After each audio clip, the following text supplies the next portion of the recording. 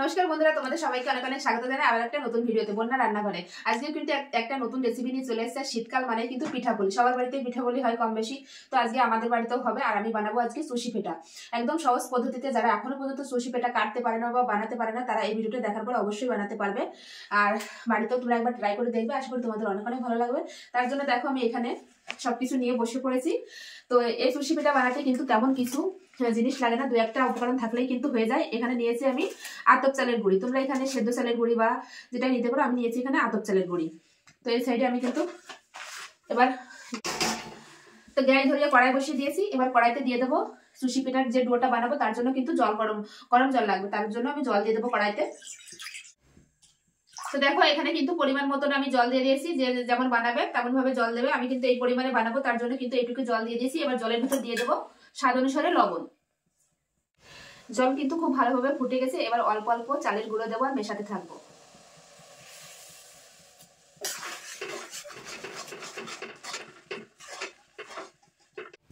তো দেখো খুব সুন্দরভাবে কিন্তু আমি মিশিয়ে নিয়েছি।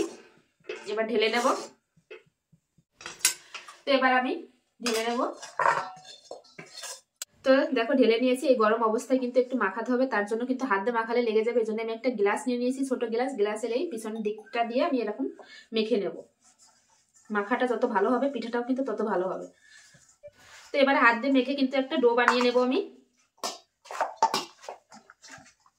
তো দেখো আমি একটা ডো বানিয়ে নিয়েছি। এবার এটা আমি ঢাকা দিয়ে রাখবো, যাতে না শুকিয়ে যায়। খোলা রাখলে কিন্তু শুকিয়ে যেতে পারে। তো দেখো পিঠে কাটার জন্য কিন্তু আমি এরকম একটা সুতির কাপড়া বিছিয়ে নিয়েছি, তার উপরে বেলন নিয়ে নিয়েছি। আর এটা কিন্তু ডোটা একটু মেখে নেব। মেখে এখান থেকে ছোট ছোট করে লেচি কেটে নেব। বাকিটা কিন্তু আমি এরকম ঢাকা দিয়ে রেখে দেবো। তো একটু চালের গুঁড়ি নিয়ে নেব। এবার লম্বা লম্বা করে এরকম বেলে নেব। তো দেখো আমি এরকম লম্বা লম্বা করে দড়ি পেকে নিচ্ছি। তো যারা কাটতে পারো না, তারা কিন্তু এরকম অল্প একটু এরকম ডোটা একটু ছিঁড়ে নেবে। ছিঁড়ে কিন্তু এই হাতের তালুতে এরকম ডলা দিলেই কিন্তু দেখো একটা পিঠা হয়ে যাবে। এরকম ভাবে কত সহজ ভাবে তোমাদের দেখিয়ে দিচ্ছি। দেখো এরকম ডো একটু কেটে নিয়ে এরকম ডলা দিলেই কিন্তু দেখো কত সুন্দর পিঠা হয়ে গেছে। দেখো তো এইভাবে আমি সব করে নেবো, কারণ এই পিঠাটা কাটতে একটু টাইম লাগে, যেহেতু একটা একটা করে কাটতে হয়।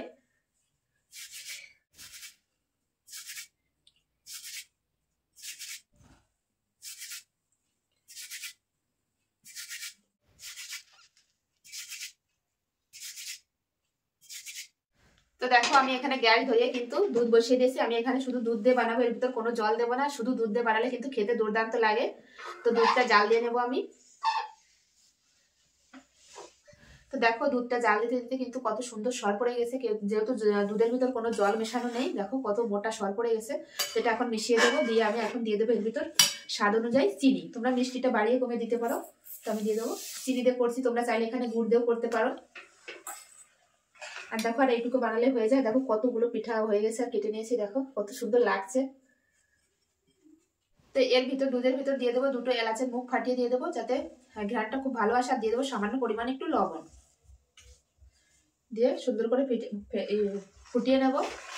দেখো দুধ কিন্তু হলুদ হয়ে আসছে, মানে একটু গাঢ় করে নেবো, তবেই কিন্তু খেতে ভালো লাগবে। শুধু দুধ দিয়ে করছি, আরো টেস্টি হবে বন্ধুরা। তো দেখো পিঠা কাটা প্রায় আমার শেষের দিকে, এই যে হয়ে গেছে। একটু কাটি আর দেখো কত সুন্দর হয়েছে।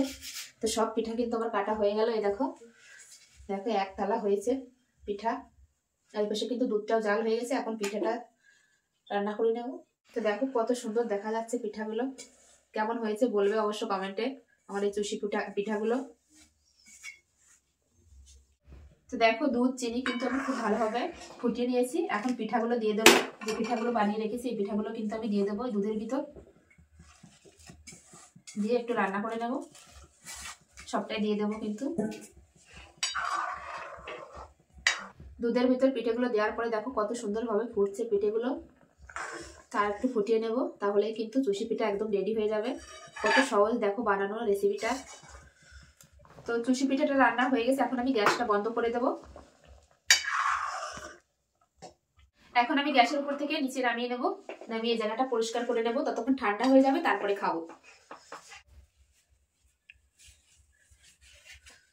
এই জায়গা পরিষ্কার করে কিন্তু আমি খেতে বসে পড়েছি। দেখো এক কড়াই কিন্তু গরম গরম চুষি পিঠা। কার কার পছন্দ এই পিঠাটা অবশ্যই কমেন্টে জানাবে বন্ধুরা। আমার তো খুবই পছন্দের একটা পিঠা। পিঠার মধ্যে তো আমি নিয়ে নেবো এখানে। শুধু দুধ দিয়ে রান্না করেছি, দেখো কত সুন্দর হয়েছে। দেখো একটা পিঠাও কিন্তু ভেঙে যায়নি। এই দেখো, তো দেখো কত সুন্দর হয়েছে পিঠাগুলো, কিন্তু সব গোটা গোটা আছে আর শুধু দুধ দিয়ে রান্না করেছি। খেয়ে বলবো যে তোমাদের কেমন হয়েছে। গরম আছে এখনো। খুব সুন্দর হয়েছে বন্ধুরা পিঠাটা খেতে।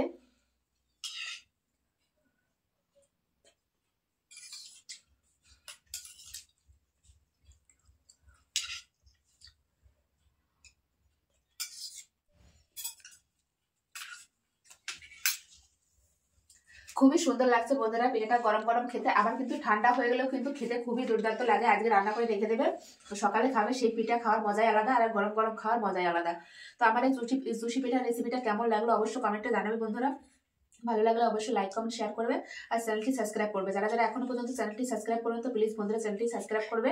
সবাই ভালো থাকবে, সুস্থ থাকবে। আবার ফিরে আসি নতুন কোনো রেসিপির সঙ্গে। ততক্ষণের জন্য বাই।